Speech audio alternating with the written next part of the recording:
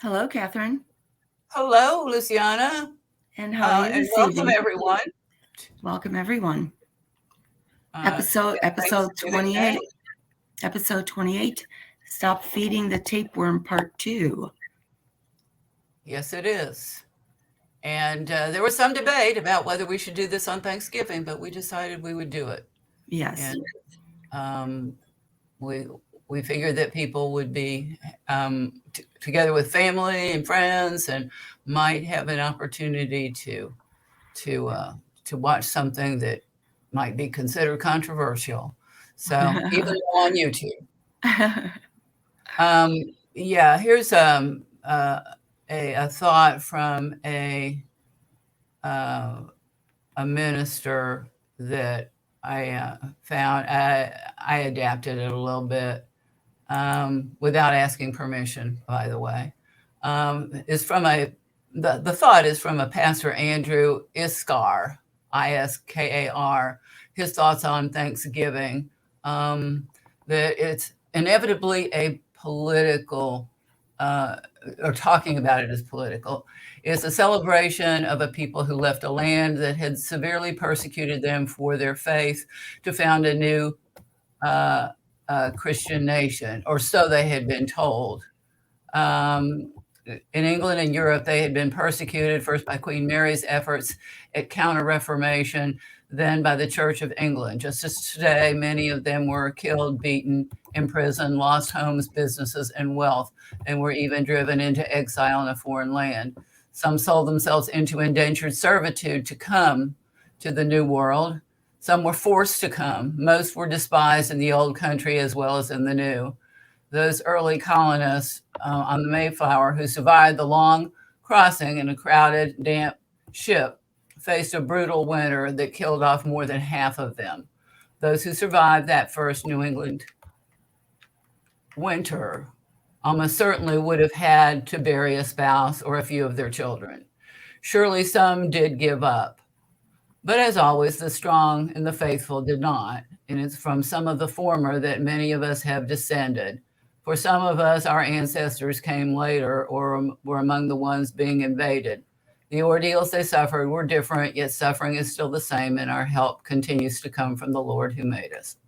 Amen. I want to, um, also say that what we're going to talk about today is about our earthly wants and needs as the flawed people that we are, and that and we our thankfulness that the Lord is not unmindful of that. The Bible speaks of our Lord's understanding of our earthly needs. For example, in Matthew 6:25, be not anxious for your life, what what you shall eat or what you shall drink, nor yet for your body and what you shall put on. Is not the life more than food and the body more than raiment? Um, Behold the fowls of the air, for they sow not, neither do they reap, nor gather into barns, yet your heavenly Father feedeth them. Are ye not much better than they? For your heavenly Father knoweth that you have need of all these things. And then again in Timothy 1, 1 Timothy 6, verse 6, um, godliness comes with godliness with contentment is a great gain.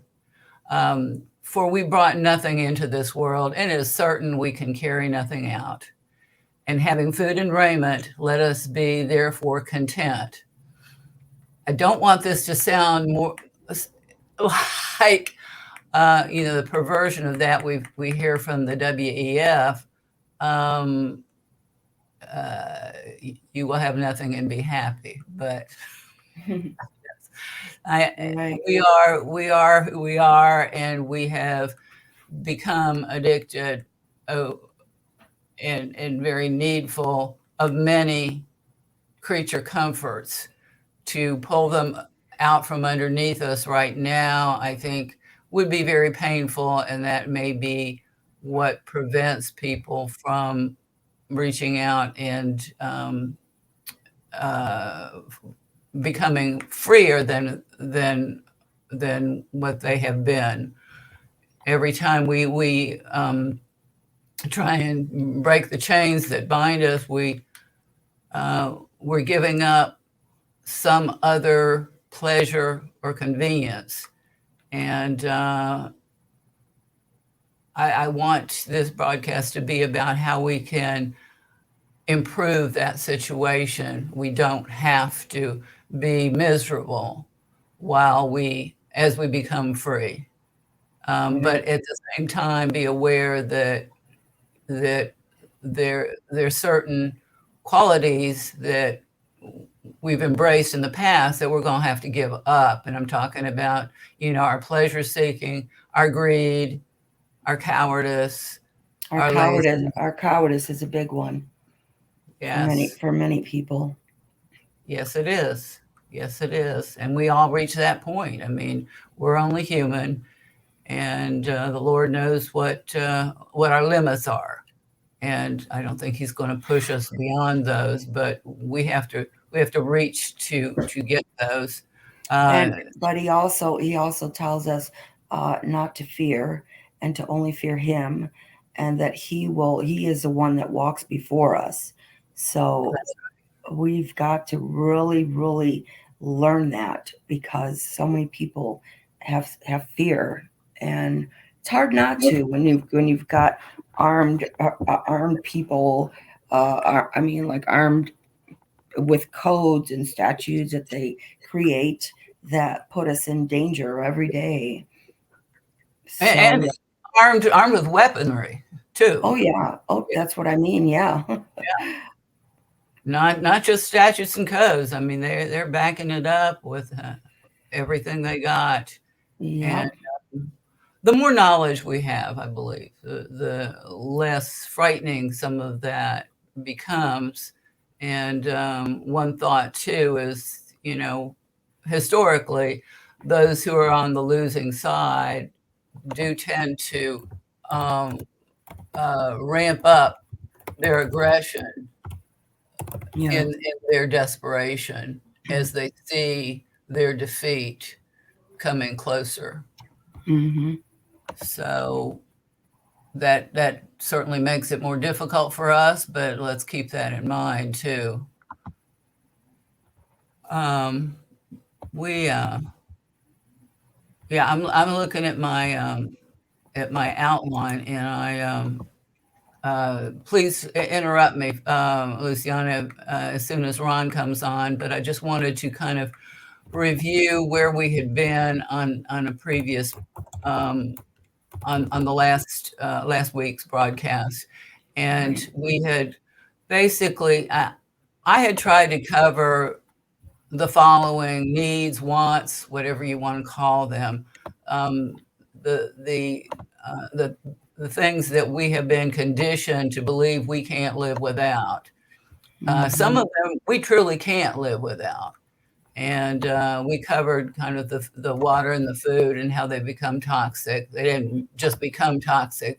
The enemy has poisoned them.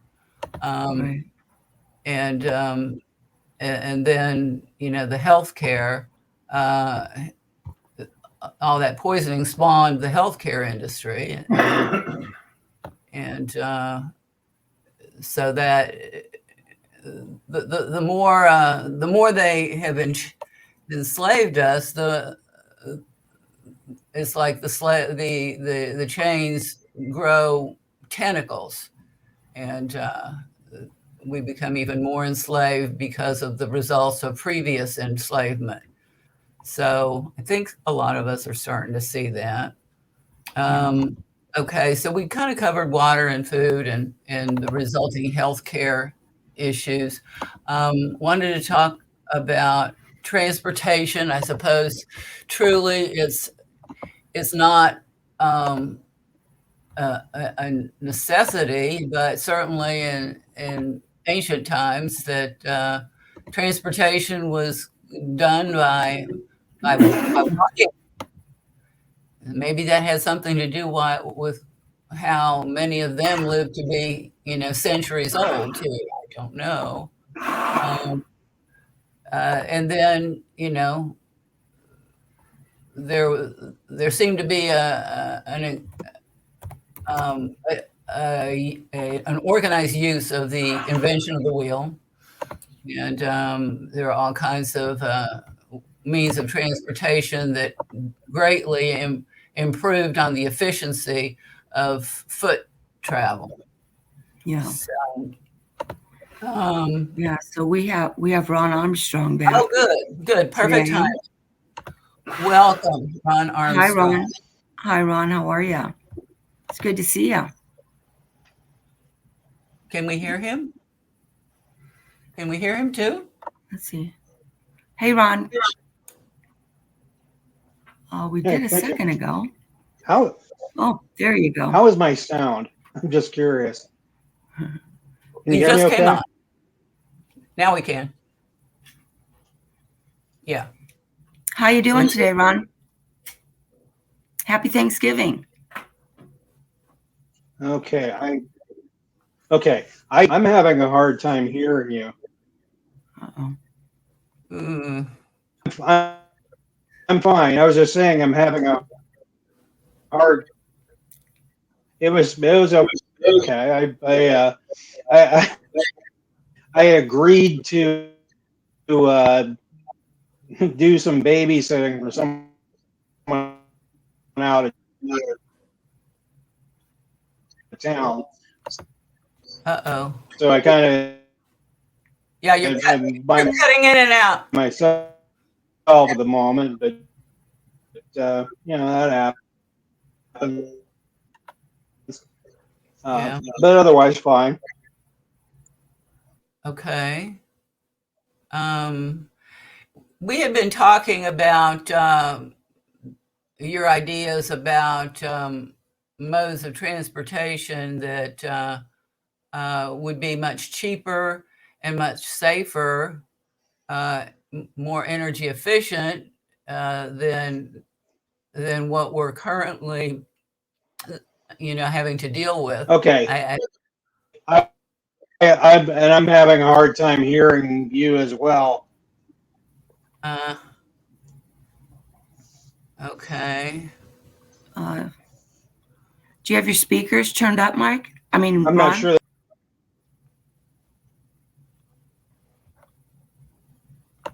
You may not be able to hear you. Yeah.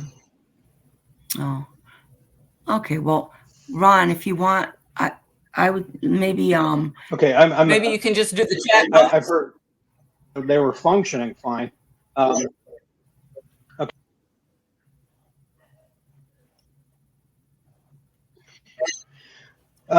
Let's try this. You want to do the chat box? or maybe Okay. I heard that. Yeah. I'll go ahead and try to, I guess, address what we've talked about earlier. okay, that's better. Yeah. Okay. Are you saying you can hear me okay, or Yes, yes, Yes. much better. okay, wonderful. Catherine and I earlier, I sent her some video footage, and this is something that's fascinating to me because you hear people making constant reference to a smaller vehicle being a death trap because it's small or it's light or whatever. But here, I don't know. I guess it's been about 6, 7 years ago. There was a gentleman named Lon Ballard. Invented this little three-wheeled car. It's scooter based, but he covered the entire exterior of the car in this polyurethane foam. And one of the safety tests that he conducted with his vehicle is he hit it with an 8,000 pound truck. he put a he went to a butcher shop. He picked up a pig carcass and put it in the prototype. And this thing bounced off the front of that truck, and they checked the carcass out, and there wasn't a single broken bone in it. In fact, there was no damage to it at all. And the vehicle that we're talking about here weighs 400 pounds. I've actually owned motorcycles that were heavier than this vehicle is.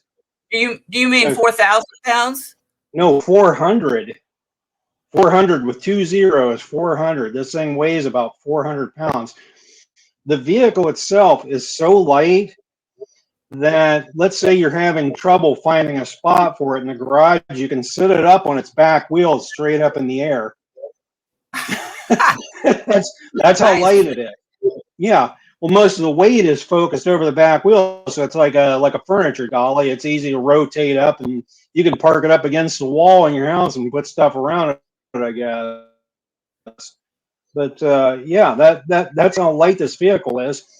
And after he I guess sold some of these vehicles to a rental company in a place where he's from in California, and Mm-hmm. someone rented the car. He's out driving it. And he got clocked by a 3,000-pound four-door car, knocked him into somebody's yard, and all he got was a scratch. So I mean, I guess it's a matter of how well designed these vehicles are and how well they manage the energy in an accident. So I guess if you hear someone tell you that you couldn't have a lightweight vehicle because of a safety issue, that's demonstrably false. We've already, I guess, seen that. Well, I mean, I guess I've seen it. No one else, or not very few other people have. But Right. I can actually, I think I sent the news clip to you, but it was interesting. It actually made a mainstream news media station. Yeah, guy just walked away from it. I guess that car really clobbered him. And believe it or not, now here's the thing: after the accident, they just flipped it up on its wheels, and he kept on driving it. No trip to the body shop to get it fixed or anything. It's just the thing is all Oh. scratched and beat up, but it's still operating. Here's another part of this. I know you haven't seen this. There's an Insurance Institute test that they run on these vehicles. They run them into a barrier, but only the corner of the car engages a barrier because that maximizes. It's a really good litmus test for how safe a vehicle is. Mm-hmm. If you take your car and you run it and you conduct this test with it, that car is going to be smashed up and unusable. Okay, after the test. Well, this gentleman's vehicle was geometrically couldn't engage the barrier. I mean, they had to try to conduct the test 3 or 4 times. The thing just bounced because of the way the vehicle is shaped. It can't even engage the barrier. And once they finally did get it to engage the barrier, it took $200 worth of repairs, and it was done that day, and the car was up and running again. The vehicle's up and running again. So, Is this one of the 3-wheel vehicles? yeah, that's the Spira for you. That's the video footage I sent you. Oh, That's a okay. gentleman named Lon Ballard. Is the gentleman that developed that vehicle. I guess he spent several years developing that in Thailand, and he brought it over here, and that's where these incidents happened. Was here in the States. But But here's the flip side of that. This guy is all ready to go. He's ready to start selling these vehicles, and it's the old familiar story. It just kind of fizzled out and didn't happen. And I think the problem is we're trying to go through the conventional channels to introduce this product to the public, and I Right. think we all know where that goes. So I guess if we are gonna have this type of vehicle, it's gonna have to happen a different way. We're not gonna, obviously we're not gonna be able to, market it and whatever to the conventional channels. I'm sure we've already thought of that. Yeah. But yeah, I mean, Right. it's anything like this. I can give you another example. There's a company called Aptera. Um, they have a three, and here's the funny thing. It's another three-wheeled car. It's set up a little differently, but they tried at first to introduce this to the market in 2008. Okay, and that didn't happen. Okay, now here we are 14 years later. About a year ago, they came on to YouTube and came onto and said, "Hey, look, we're back in business. We're going to try to do this again." And here they are. They're stuttering. It just doesn't seem. It seems like the introduction date keeps getting moved back and moved back and moved back and moved back. And it's basically it's a fairly familiar story because you can find more than one example of this, of it happening. Well, the way he was trying to go into production was probably as a corporation, I assume. Oh, probably. absolutely. Well, Aptera is a corporation, just like just like Ford or General Motors or anyone else. So yeah, I mean, he's relying on government help to finance it, to finance the introduction of the product. And Well, that's well, yeah, like I said, right there. Yeah. that's we all know the direction that goes in. And here's the thing: if people keep pursuing that, like I said, I could probably sit here and think of 10 different examples of this happening. Paul Elio. Here's a guy who created a vehicle that would, when introduced, would cost about $6,800. Okay, 95 miles per gallon. It's another small vehicle like the kind of type we're talking about here. He basically wanted to make this so a college student could help pay off their student loans or whatever. It's a nice, cheap, economical vehicle, uses very little fuel. And guess what? Years later, the media saying, well, this guy's a con man. He tried to rip everybody off. And I hate to tell you this, but people don't go through that much trouble to conduct, to conduct a scam. I'm not Mm-hmm. building a prototype car to scam the public. I'm just not doing that. If I was a con artist, there's a lot easier ways to con people than to, he had a factory set up somewhere in Alabama. He was ready to pull a lever and have cars coming off the assembly line. All of a sudden, that just ground to a halt. So, and I have to tell you, it's pretty statistically unlikely that every single person that tries to do this is met with failure. You'd think at some point someone would succeed. You know, but Well, that I think we've talked about this. A movie was made about this guy Bob Kearns that mm, he was already employed by, I think it was Ford Motor Company, and that's quite a story. He had he got the idea apparently because on his honeymoon they'd opened a bottle of champagne and the cork went flying into one of his eyes. I think it blinded him for life.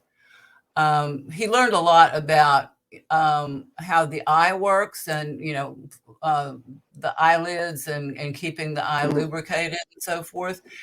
And he was he continued to, or he got to working, as an engineer in this corporation, and he had a bunch of kids and was married and everything, and they were in a brainstorm, and it just hit him how how inefficient it was to the rain was intermittent.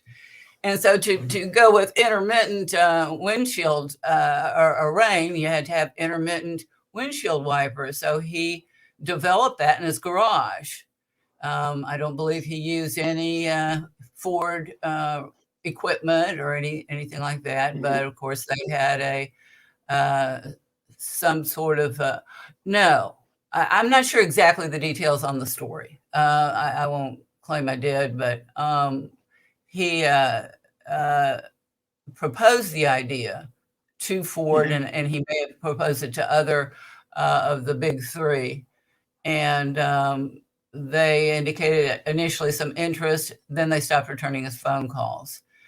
Anyway, so they made a movie about this Stroke of Genius, I think it's called. Okay, And I've never heard of the gentleman, but that's something I may look at now. yeah, That's interesting. You you well, you threw one at me I've never heard of.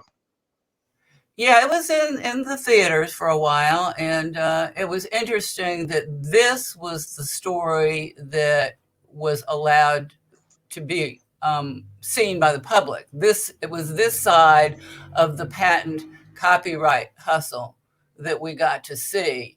We see the little guy, fighting for his right to, to have a percentage of the profits that would go into selling this device to most vehicle manufacturers. He wanted to be able to deal with corporations and get a big piece of the pie. and Hmm. that part kind of got lost in the shuffle with the in the movie. It was all about, oh, he was the little guy and everything, but he devoted himself to this, and it showed. And um, General Motors fought him, and Ford fought him, and they all fought him. And in their court, in their so-called courts, of course, and uh, and he kept at it. And I think it took him 10, 12 years of litigation. He lost his marriage, and Well, there's a anyway, familiar story.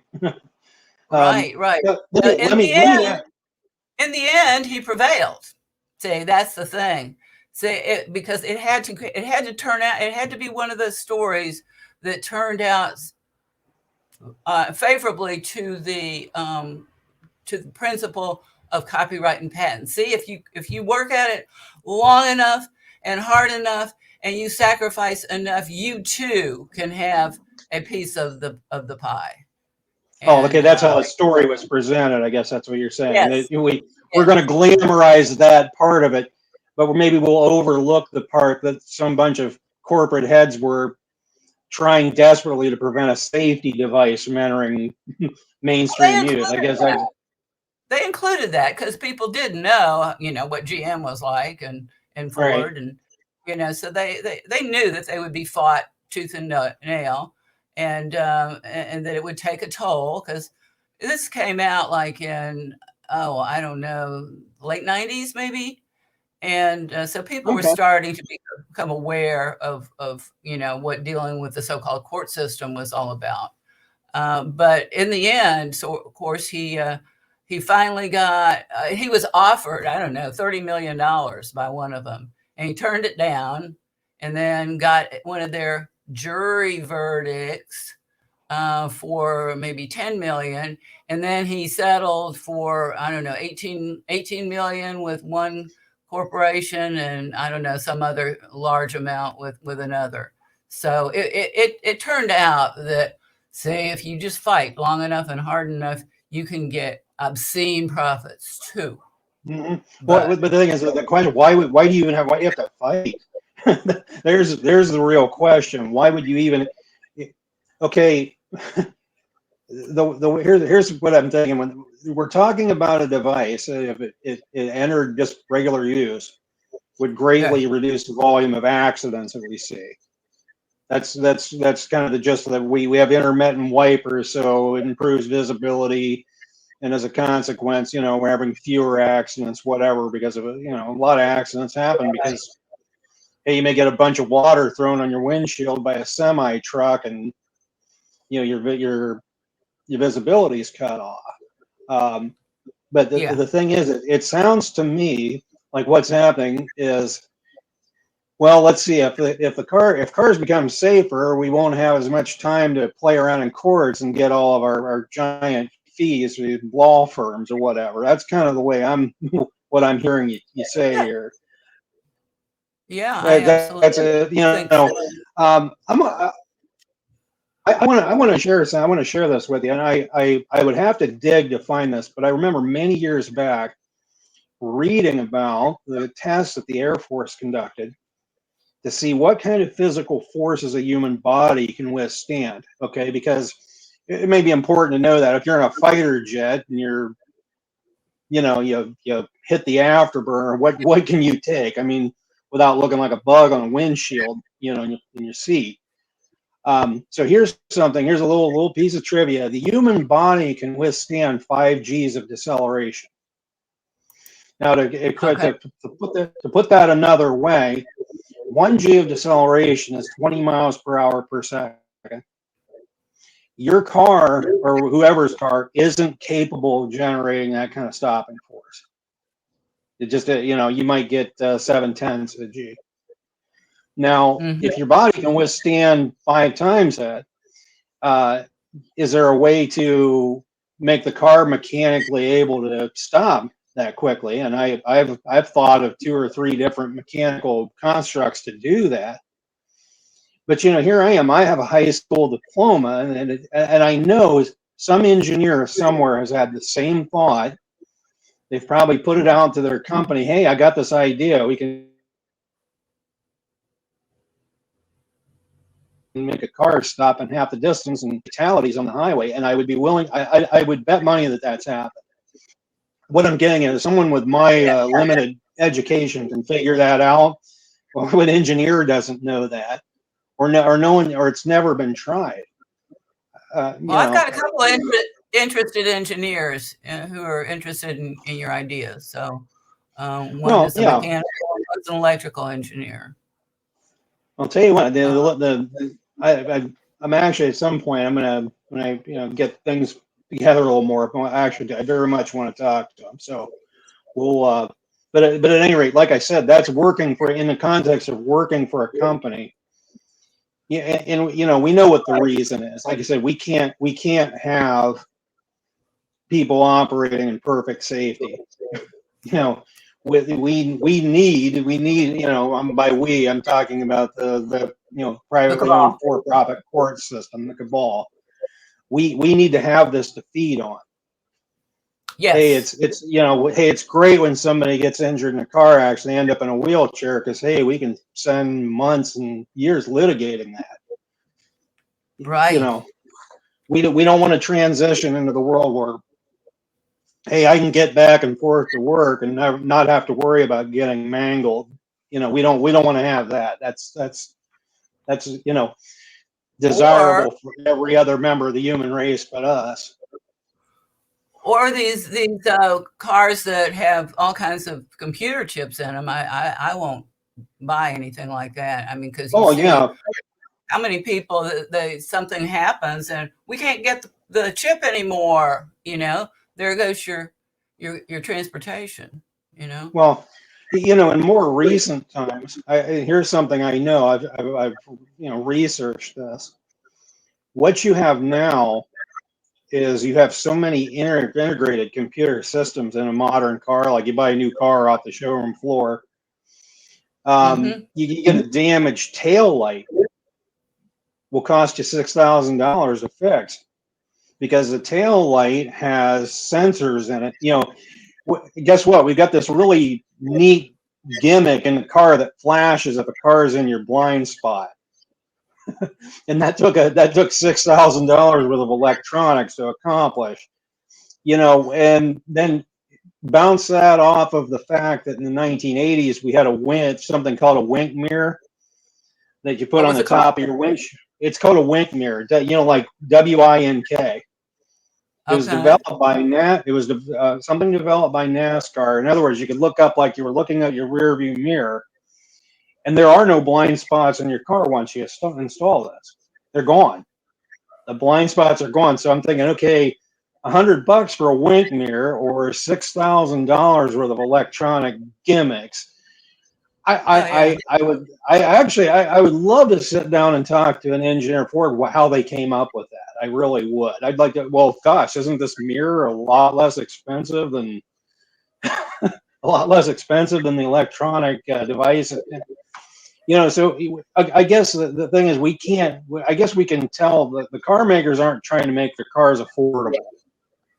No. We're not trying to make them as user friendly or anything else. We want to make these as expensive to operate as possible because hey, if that tail light breaks, someone's probably going to have to get some kind of short-term loan or whatever.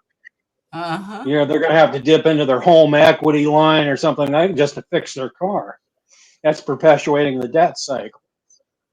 And and of course they That's won't going even be allowed to drive any other travel in any other conveyance if they ignore or they fail to repair that and they after having gotten one of the cabal's tickets, you know.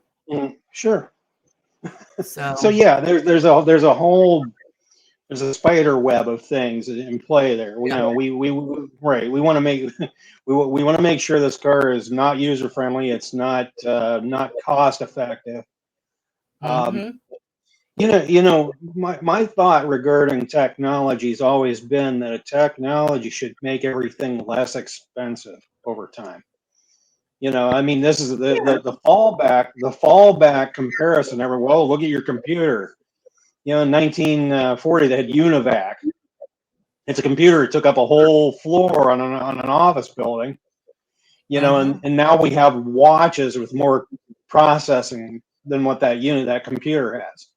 And whereas UNIVAC, was extraordinarily expensive, the computers now are extraordinarily cheap, which I'm going to go on a limb and say that's changed over time. That just like everything else, they're getting more expensive. But um, that's an example of, hey, technology makes things more accessible and less expensive. Unless, of course, we're talking about cars or something else. Well, when did planned obsolescence become a thing? And I think it developed in the automotive industry, didn't it? Oh, Or maybe, sure. There's a very, very, very vast supply of examples of that. I'll tell you what. Here. I'll just give you something right off the top of my head.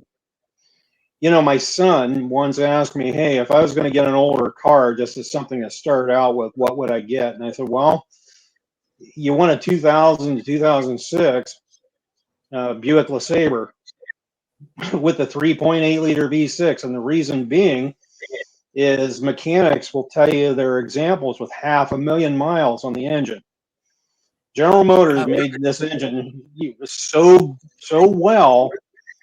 And here's something: mechanics love to work on them because everything that's wrong with them is something really ridiculously cheap or easy to fix.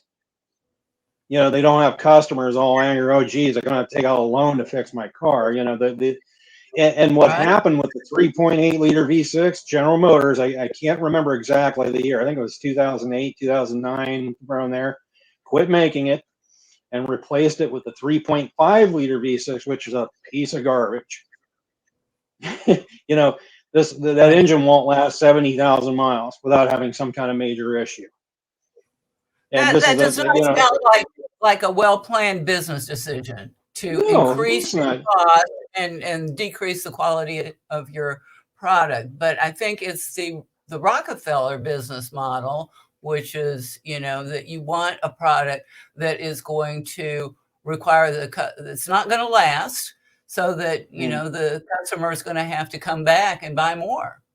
And that's just mm. a simple version of it. But Well, I look at that. I look at the 3.5 liter V6 that followed that up as almost a form of compensation. Oh, geez, we lost so much money on the 3.8 liter that now we have to swing the pendulum completely on the other side to recoup our losses. That's almost how I see that. That's it almost seems like that was a planned business move on their part. We got to do something. We they here's the weren't profit selling we it. could have made.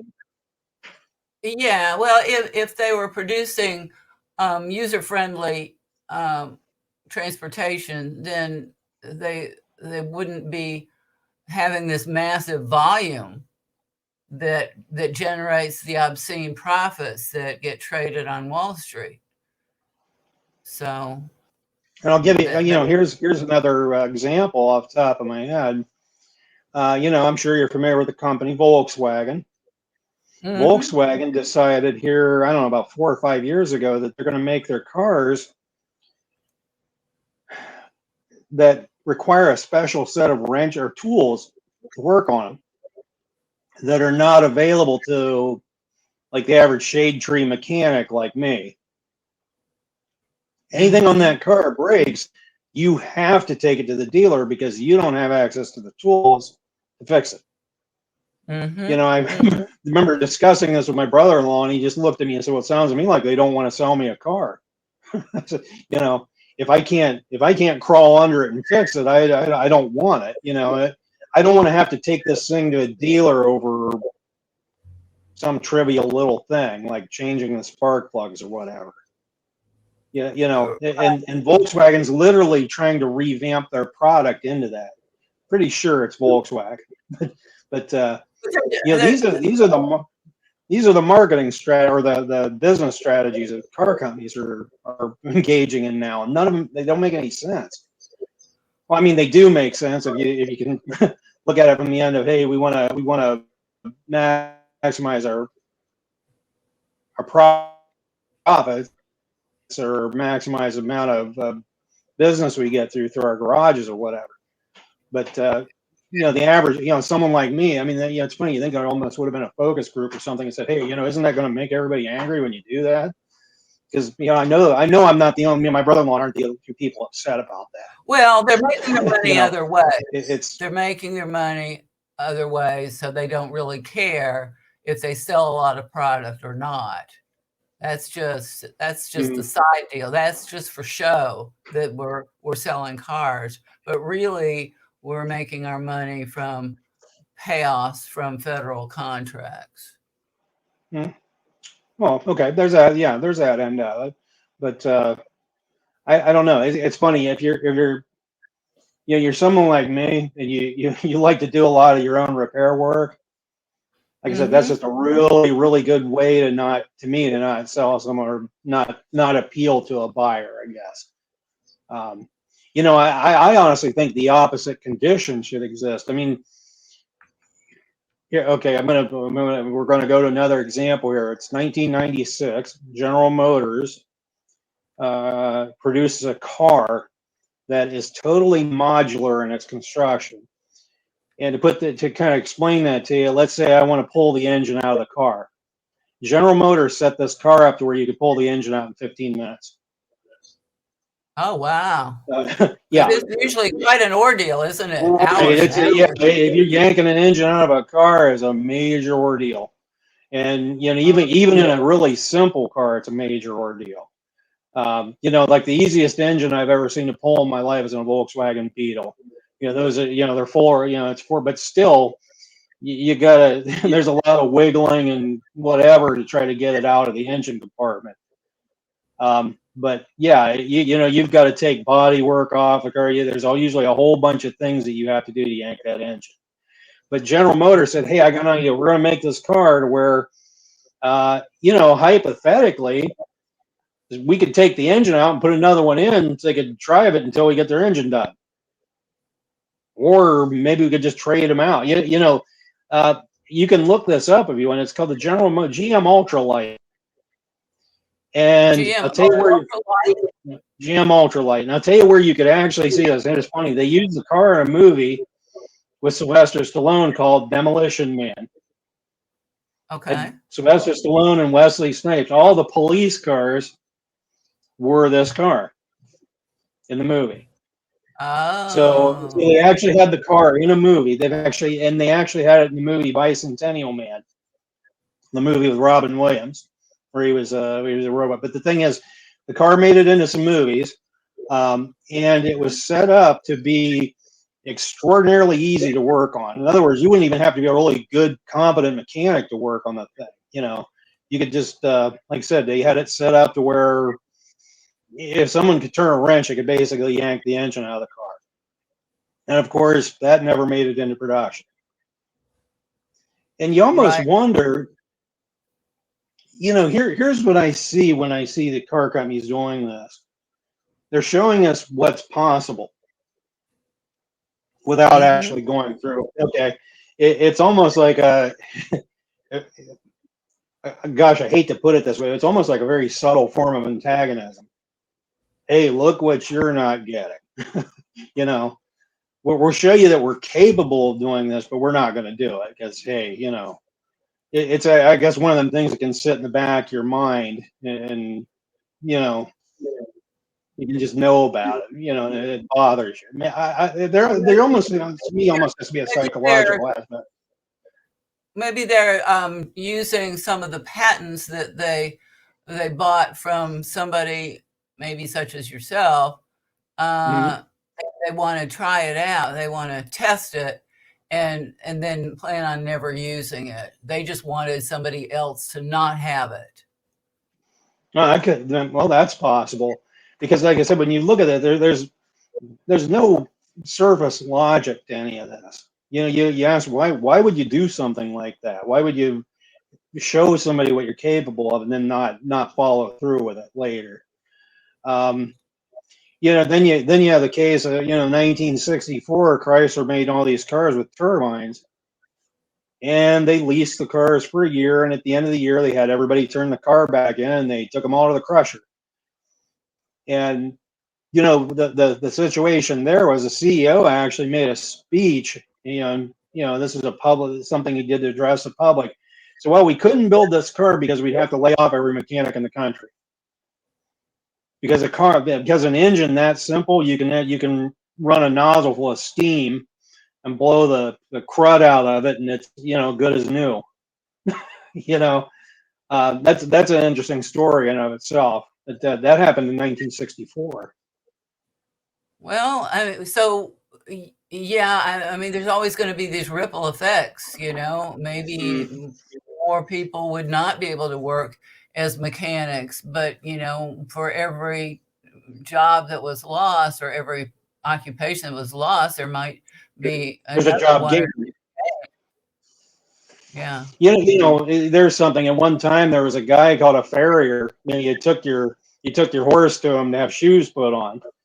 And I'm sure after the car became mainstream, the farriers had less to do. But I'm sure these are technically competent men or whoever. They probably Mhm. found something else to do with their aptitude. They didn't. The world didn't end for them. So, Right. Right. and I kind of, the question I think we all have in the back of our mind is, do you really want to have a job based on some form of progress being smashed? No, wouldn't want to do that. I wouldn't, Or, I wouldn't. or a created need just so you can have Right, work. right. Yeah. Well, there's something. There was a gentleman named Bob Black. Several years ago, he wrote an essay about the nature of work in the United States. And he said, Grant, this is his words, not mine. I want to preface by saying this, but he said 95% of the work done in this country is make work. He said there's Yeah. 5% of the people that are employed doing things that absolutely have to be done for the country to function. The rest of it is just supporting the system. You're either working for the state, you're doing something that that just supports commerce. Like you're working for an insurance company. He gave several examples. And I got to think that that's really not that hard to believe to me. He might be off by a little bit. I don't know, maybe it's 10% or whatever, but that was his number. He said 5% of the country is actually Yeah. working towards something that actually needs to be done for the country to function. So everything else is just basically smoke and mirrors and fluff. But other forms of work, for yourself, you Sure. know, Oh, yeah. Like if you had a garden, that's there's things you have to do to. I would actually rather see people have their own garden and go to a grocery store to get vegetables. I mean, but absolutely. yeah, but that's what he's saying. Work out into the corporate world. I'm actually not. I'm not condemning work. Work is a good thing. Actually, there's several benefits to it. But I almost think that this gentleman's point was that work isn't necessarily bad, but maybe employment is. you know, there's a there, If we're there's a talking about distinction. corporate slavery is a Right, bad thing, and that's right. really I think maybe that's where he's going with that. Yeah. yeah. But at any rate, yeah, he spat that number out, and I actually had to sit and process that for a while. I thought, okay, maybe that isn't that far off. You know, Hmm. the state's got us all chasing our tails, basically. So Right. Um, they they have a similar issue. They don't see a need for most of us either. I mean, for us to just live on the planet, enjoy the planet with them, and they don't want that. They want it all to themselves, and you're talking therefore about they can. Klaus Schwab, I take it. The gentleman, the World Economic Forum, Klaus Schwab. Hey, look, we don't need all of you. When I hear somebody like that say, what I'm hearing is we don't need them, and they've become aware of that. Hey, well, we don't need you. Well, I think it's more a case of we don't need you. You're just kind of a kleptocratic entity that's feeding off of all of us. Well, And I think it's pretty clear they want us not living yeah, at oh all. yeah, yeah. The last 3 years have certainly been evidence of that. And I mean, it's weird. Here we are. I have to imagine you were probably in a similar position when everything started with. I won't say what it was, but well, to me it was immediately apparent. Okay, these guys are up to something. Uh-huh. And Yeah. everyone around me like, oh gosh, we gotta follow the arrows in the grocery store. We're gonna kill grandma. You know, that was the ludicrous aspect of that. And yeah, it's funny how, or not funny, but it's amazing how many people just kind Right. of rolled with that. Oh, okay, yeah, hey, there's all these things that don't make any sense, or aren't making any sense. But well, what the heck? It's It we got doesn't to make deal with the sense powers. what they got going on. Mm-hmm. Yeah, That they're and that they're here not. I am, and like I said, here's a lot of other people who are like horrified by how many people are just rolling with it. I thought the whole thing was Uh, crazy from day one. uh-huh. But anyway, yeah, it's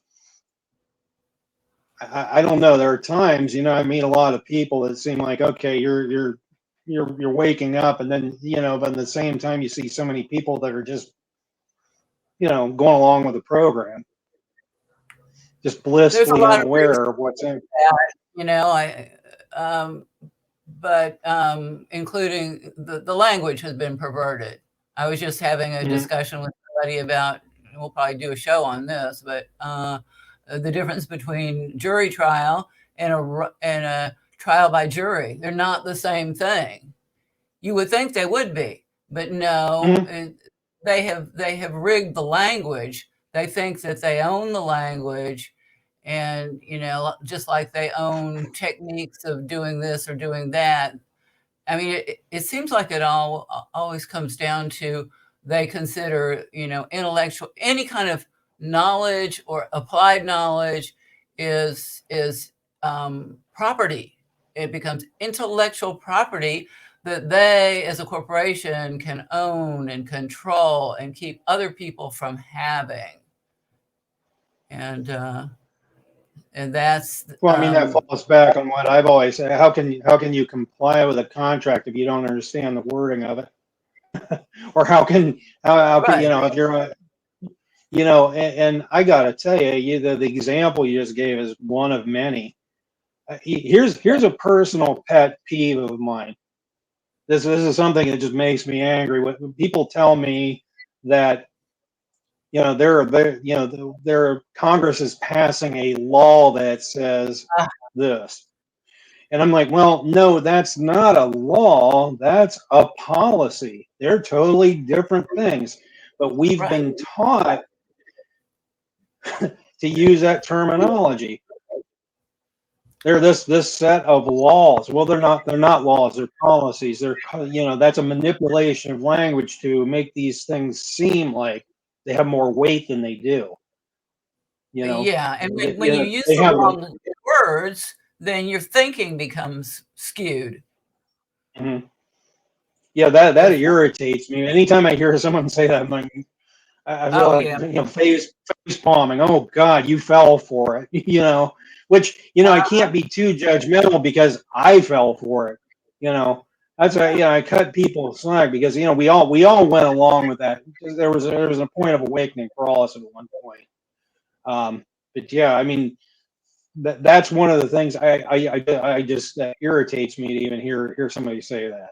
It almost irritates me as much as the term fossil fuels. That that's oh yeah, yeah. Which like I said, I have people argue with me over that. Well, it's called a fossil fuel because I'm like, wait a minute, when did they find a fossil at the depth that they're drilling these oil wells at? When did that right. happen? If you're drilling at 30,000 feet and fossils are at 7,000, I mean that right there tells you that it's false terminology. We're misrepresenting a couple things. I wanted to But get into a couple of things, and we may have to go okay, into a part three next week on this. And this isn't okay, really a sure. need, but it's a want that we all have. We think we can't live without, and that's the need for electricity. Oh, and internet. Now, people lived and thrived apparently for thousands of years without this, but it's hard for most of us to imagine life without it. And those who've experienced blackouts don't like to repeat the experience.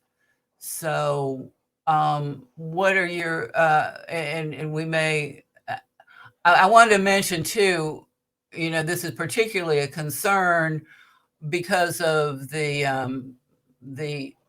smart grid, 5G deal. And I don't know if I'm going to get banned for this, but anyway, that is what it is. And mhm. and there's a common law way to prevent it um, fairly successfully. I have done it myself. However, once they have already done it to you, it seems to be almost impossible to use the common law solution to get them to take it off, and they will cut your service. So really, the ultimate solution, and I've talked to Jerry Day from EMF Help Center on this. He has a lot of products he sells that aren't bad to protect you from the toxic EMFs that are coming Mhm. from this. And so, but he says really the solution is not to buy products such as his line cleaners and radiation detectors and on and on and on, various blocking mechanisms. The real deal is to find an alternative. Well, but for Right. those of us who've tried the usual so-called alternatives of solar and wind, the experiences have been expensive and unhappy. So, You did share that with me, by the way. You told me about your wind experience. Sorry, I'm not yeah, laughing at that, but it's one of those things where here I guess you told me your problem was with your inverter. Which I got to tell you, you probably could. There was. I don't know that that was a total failure because I think maybe you just got a defective inverter. But the thing is, there's something better than wind. mhm, And this is the kind of thing I've been searching my own mind about for quite some time now. Um, we can go into, okay, Tesla did this, Joseph Newman did this, or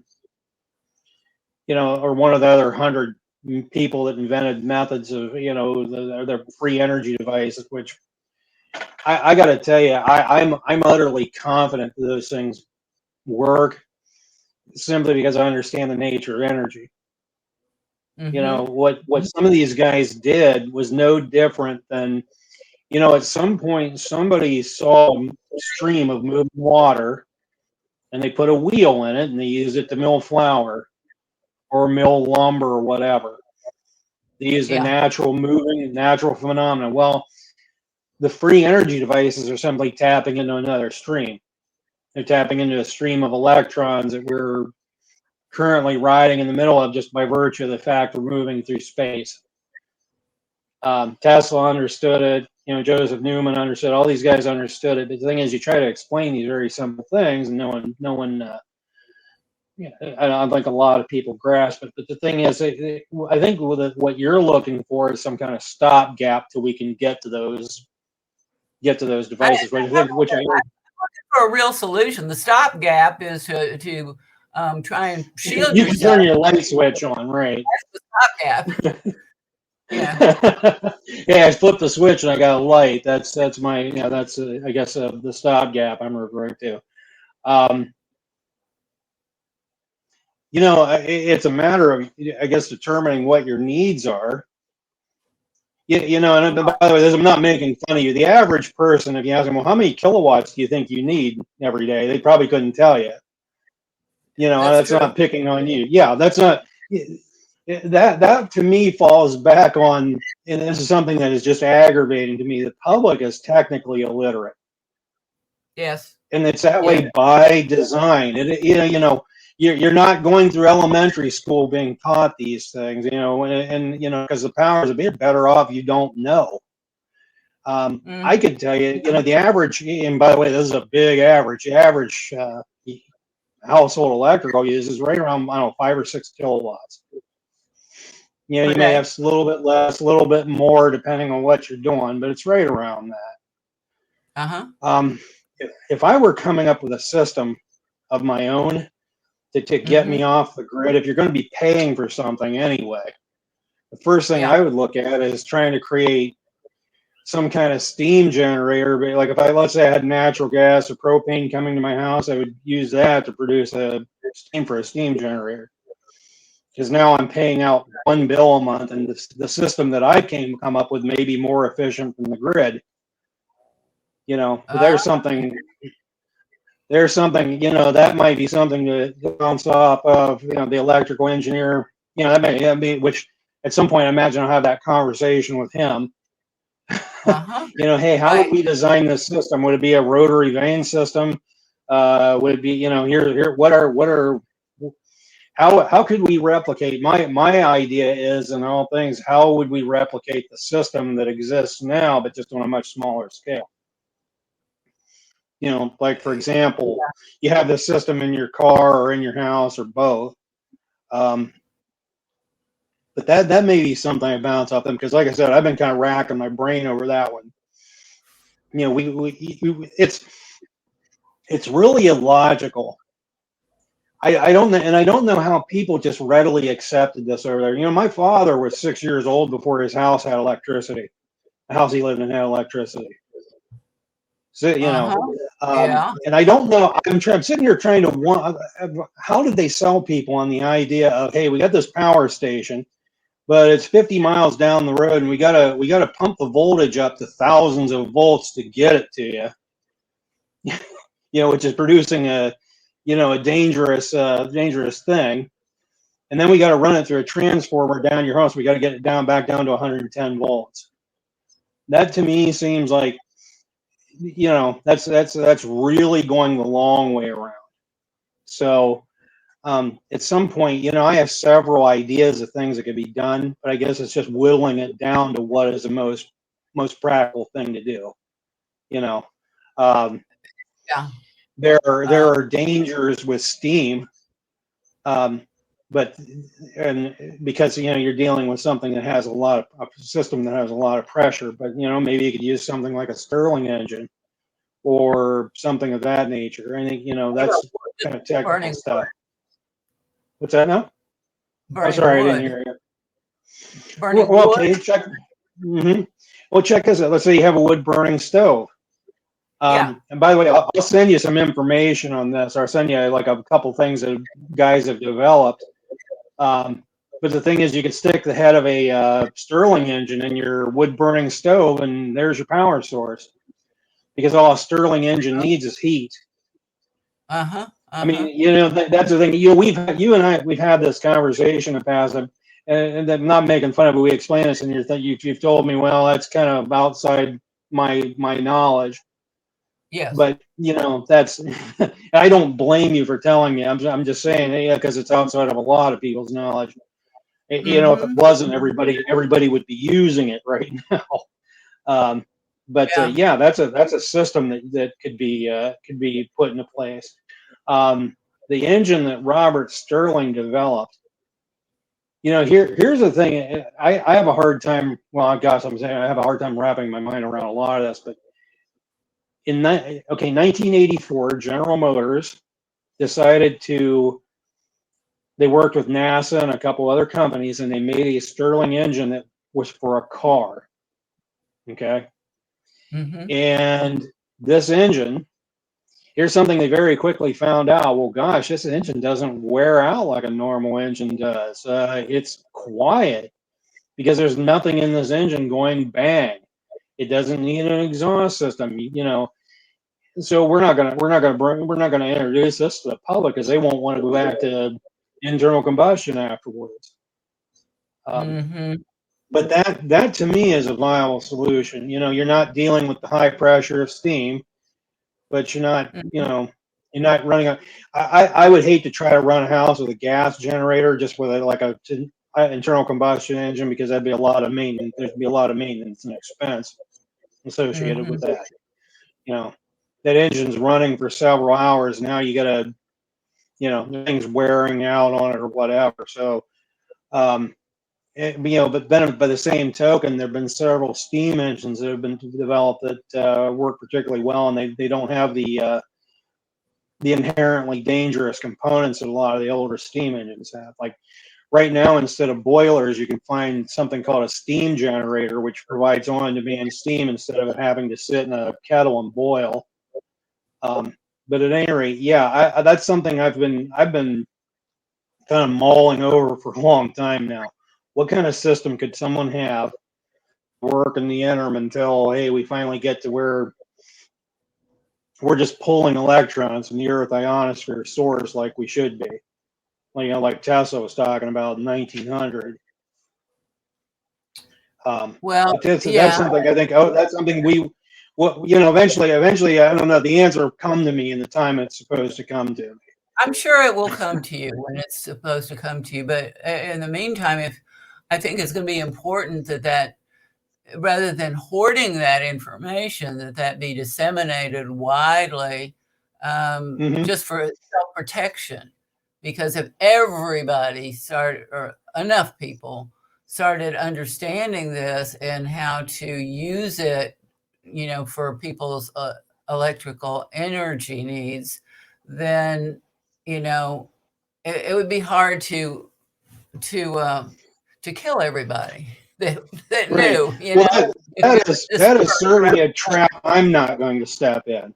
Because gosh, how many hundreds of guys can we name? They decided to go to the patent office and do this and that, and we're basically just setting themselves up to be thrown in the trunk of a car and forgotten, for lack of a better way of saying it.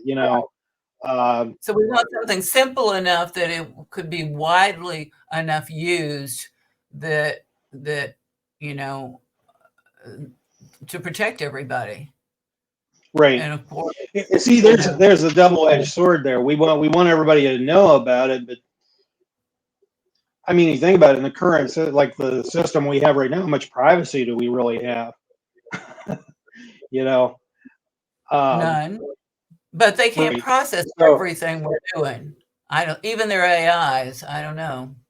and believe me, I'm not looking for a rationalization not to do it because it's actually something, in my opinion, is absolutely necessary for our survival. I don't think Yeah, this, I'm not looking for something Tesla developed because, hey, I think it's really convenient. I'm looking at it as, hey, I don't want somebody to have the ability to shut this switch off and put me in the dark and you in the dark and right, right. everybody. So hey, guess what? Because now we don't have any power. We can just elevate the fear level sky high, and people don't make really good decisions when they're afraid, which is kind of why government makes people afraid. We don't want people making really good choices. So That's right. That's but right. like I said, believe me, I'm not seeking a rationalization for this not to come out. I'm just thinking, well, there's got to be a way to do this where we're not putting a flashing neon sign above us and saying, hey, here I am, come Yes, take me right. out. But at the same time, I think that's a problem to work on. Put Well, it, yeah, I mean, I've thought about that part of the problem and the intellectual property issue, which, you know, that could be a whole broadcast right there. And oh yeah, sure it could. I've got that's been a hoax, really. The whole notion of, and I'm not like the Native Americans who believe that everything is God's anyway. I mean, yes, I understand everything is God's anyway, but I believe that you can own property in the sense of land, you know, but Hmm. I guess no, no, I just don't. Uh, and particularly, I don't think corporations can own things, not lawfully. So, Well, and I public property is just private property. and the owner is trying to conceal his identity.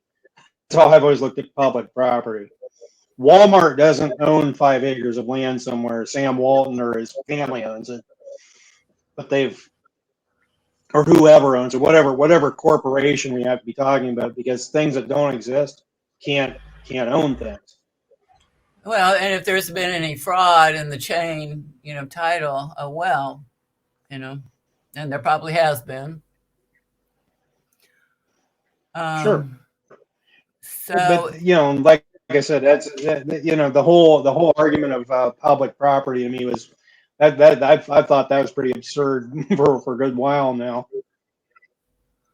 well, it's nice I guess it can be used to our advantage if you're stopped on the roadway and you can ask the code enforcer, do you actually own this roadway? Isn't this a public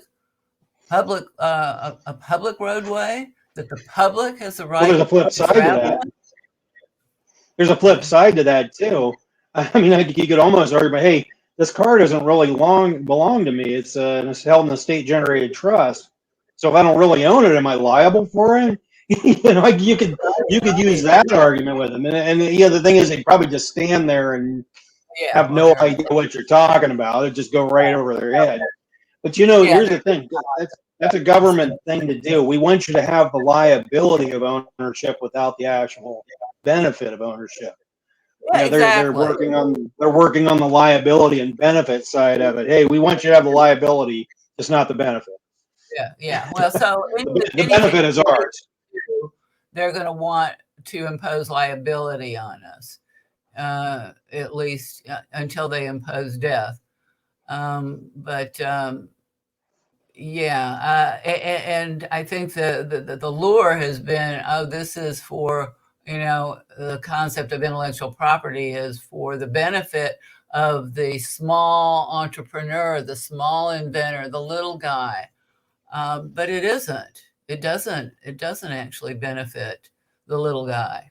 Um, but people fall for it according to that theory. And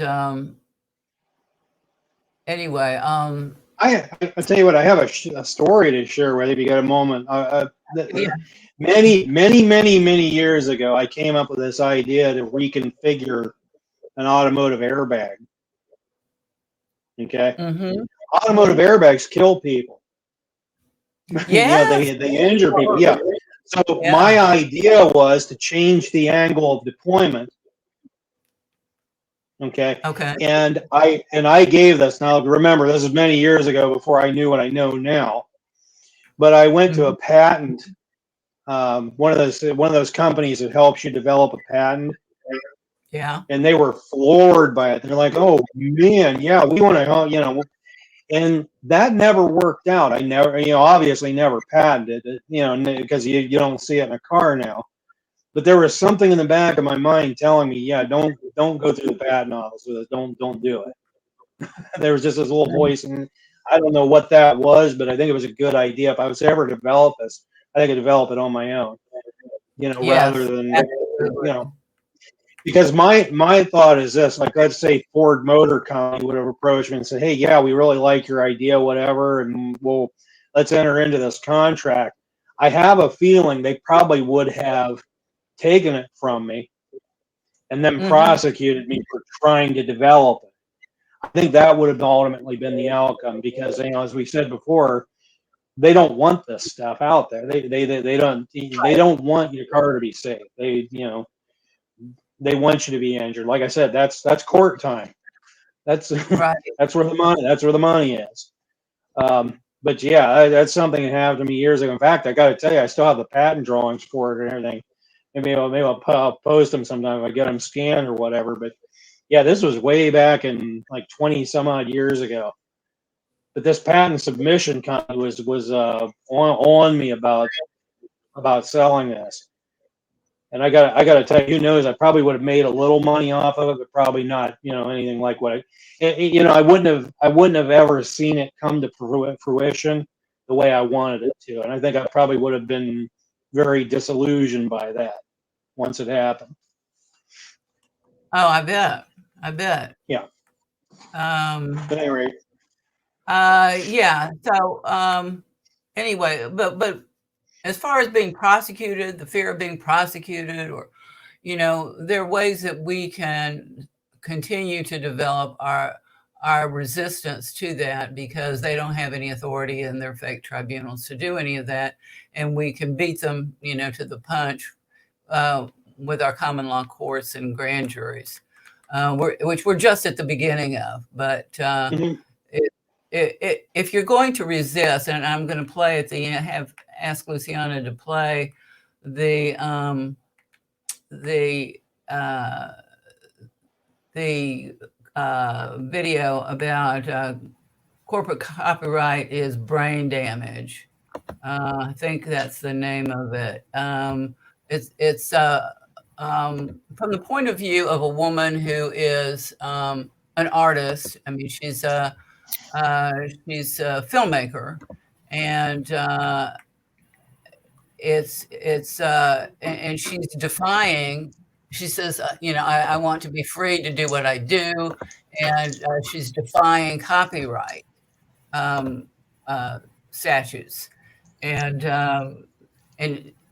it's really quite an effective presentation, and particularly.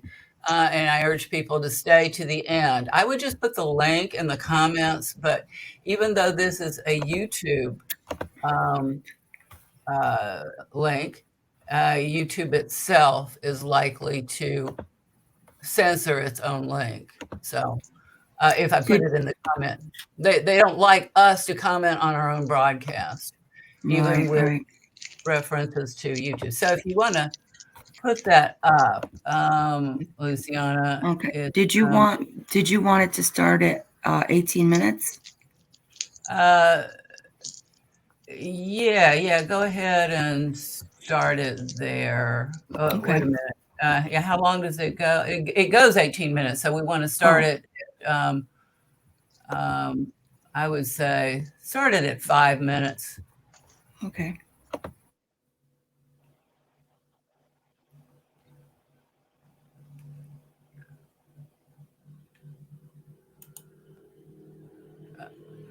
No, not 18, but yeah, back.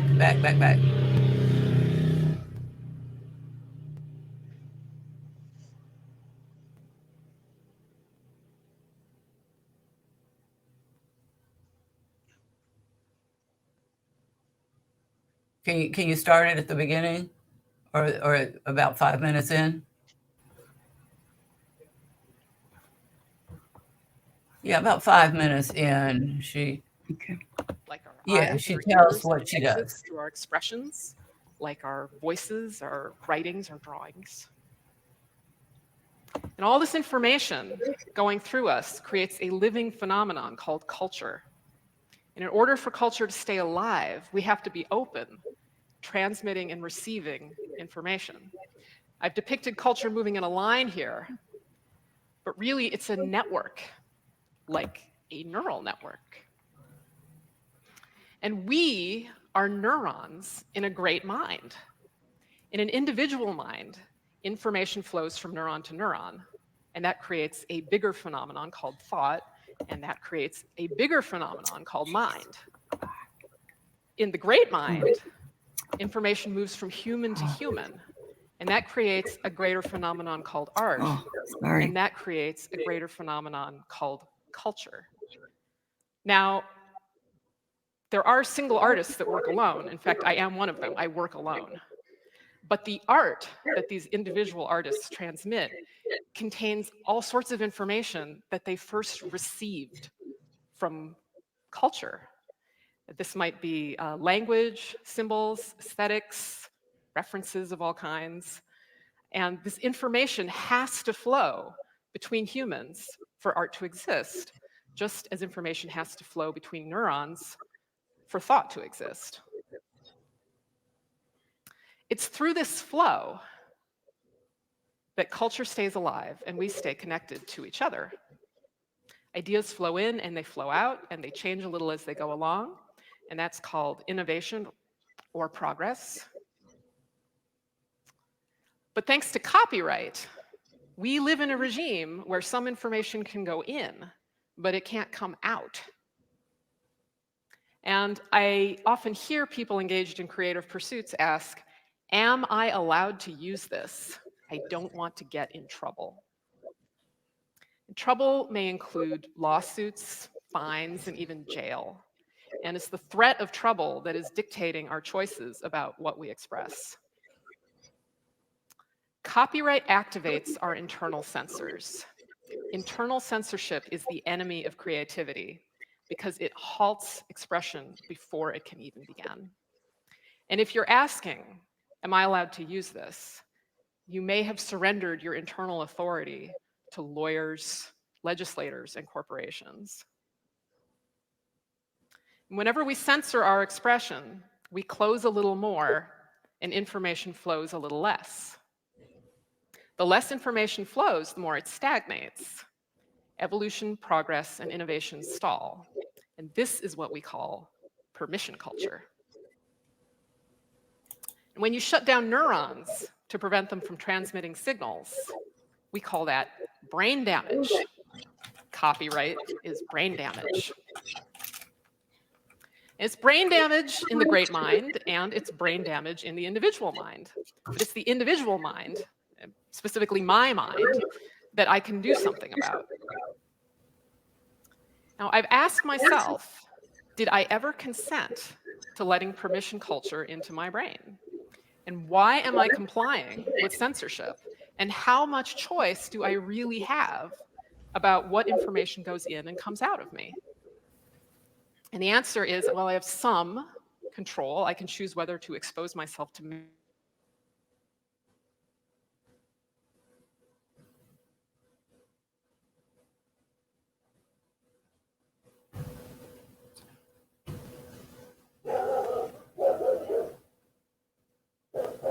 What happened here?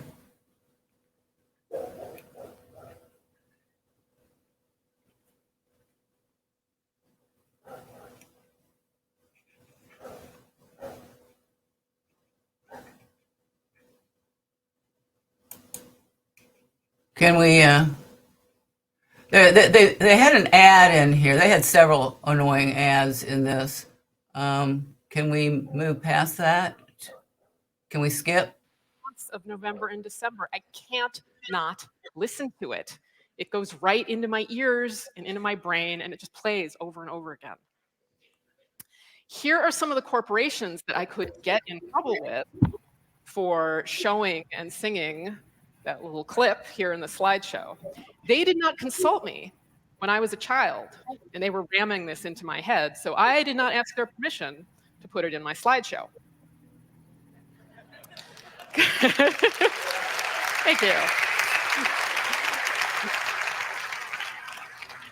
Now, copyright is automatic, and there's no way to opt out, but you can add a license, an alternative license that restores some of the copyright automatically takes away. But the same threat of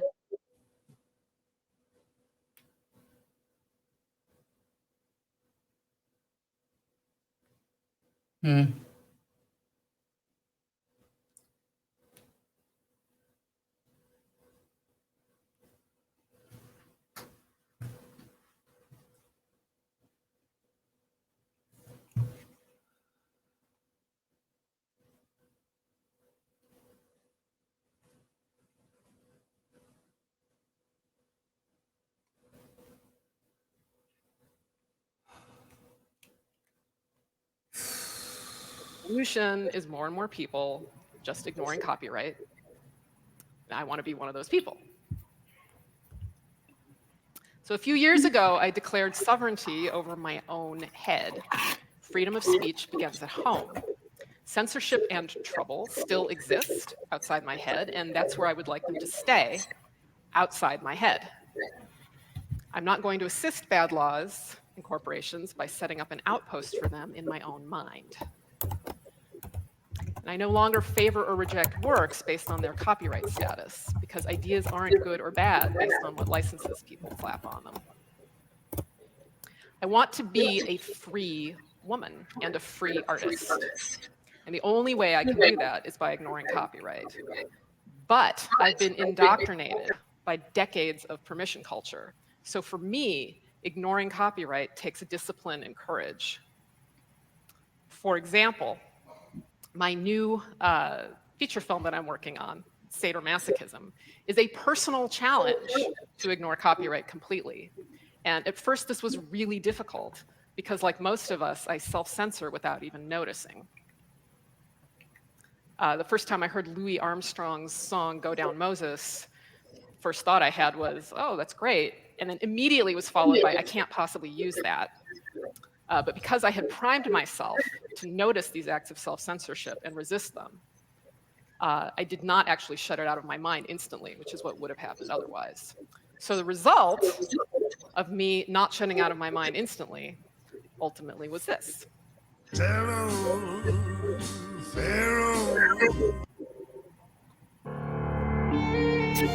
Oh, jeez.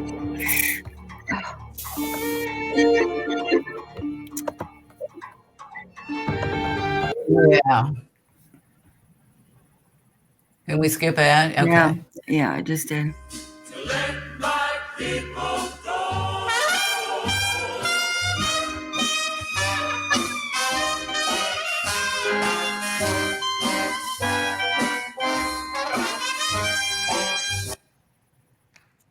Clip, thanks. So it took some mental retraining, but soon a whole world of culture opened up to me, and I could create freely. Now, I don't know if I'm fully up to the task because, like I say, I'm crippled by decades of permission culture indoctrination. But small acts of ignoring copyright go a long way. Now, you might be wondering, what am I going to do with this feature film when it's done? Well, first I have to finish the feature film. That's going to take probably 2 more years, 2 down, 2 to go. And then I'm going to release a legal version with all of the copyrighted material redacted and replaced with director's commentary. And that version is going to suck. It's going to be obviously and hopelessly degraded by copyright censorship. But the inevitable undamaged copies circulating illegally on sharing sites will be obviously superior. And this, I hope, will encourage people to engage with culture beyond copyright law, because there's a beautiful world of culture out there and inside your own mind. By ignoring copyright, we can heal our collective brain damage. I hope you join me in making art and not law. And with this, I will leave you with a scene from Sadomasochism. This is going to be the last scene in the movie. It's the first one I animated, and it began with a simple act of ignoring copyright.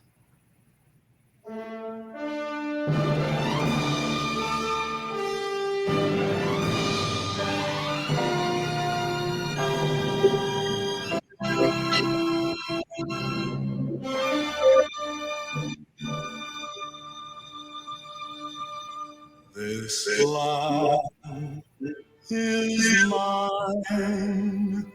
God gave this land to me. This brave and ancient land to me.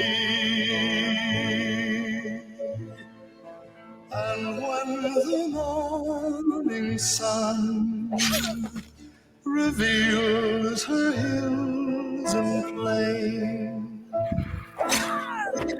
then I see a land where children can run free. So take my hand, walk this land with me, and walk this lovely land with me. Though I'm just a man, when you are by my side, with the hand of God, I know I can be strong.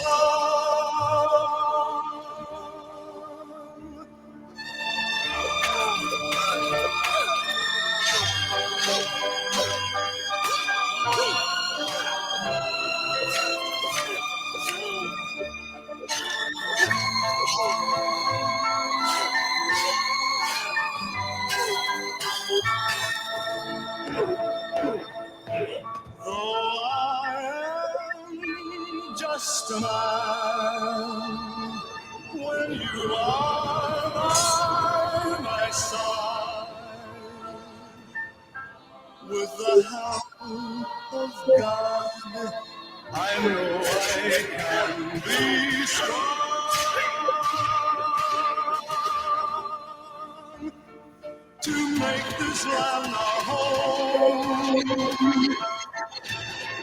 If I'm this time, I'll fight to make this land our home.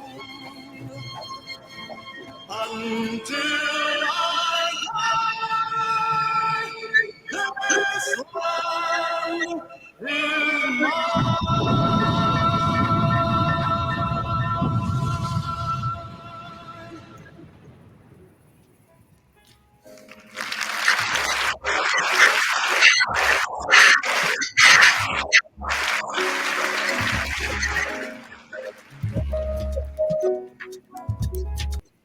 Yes, that was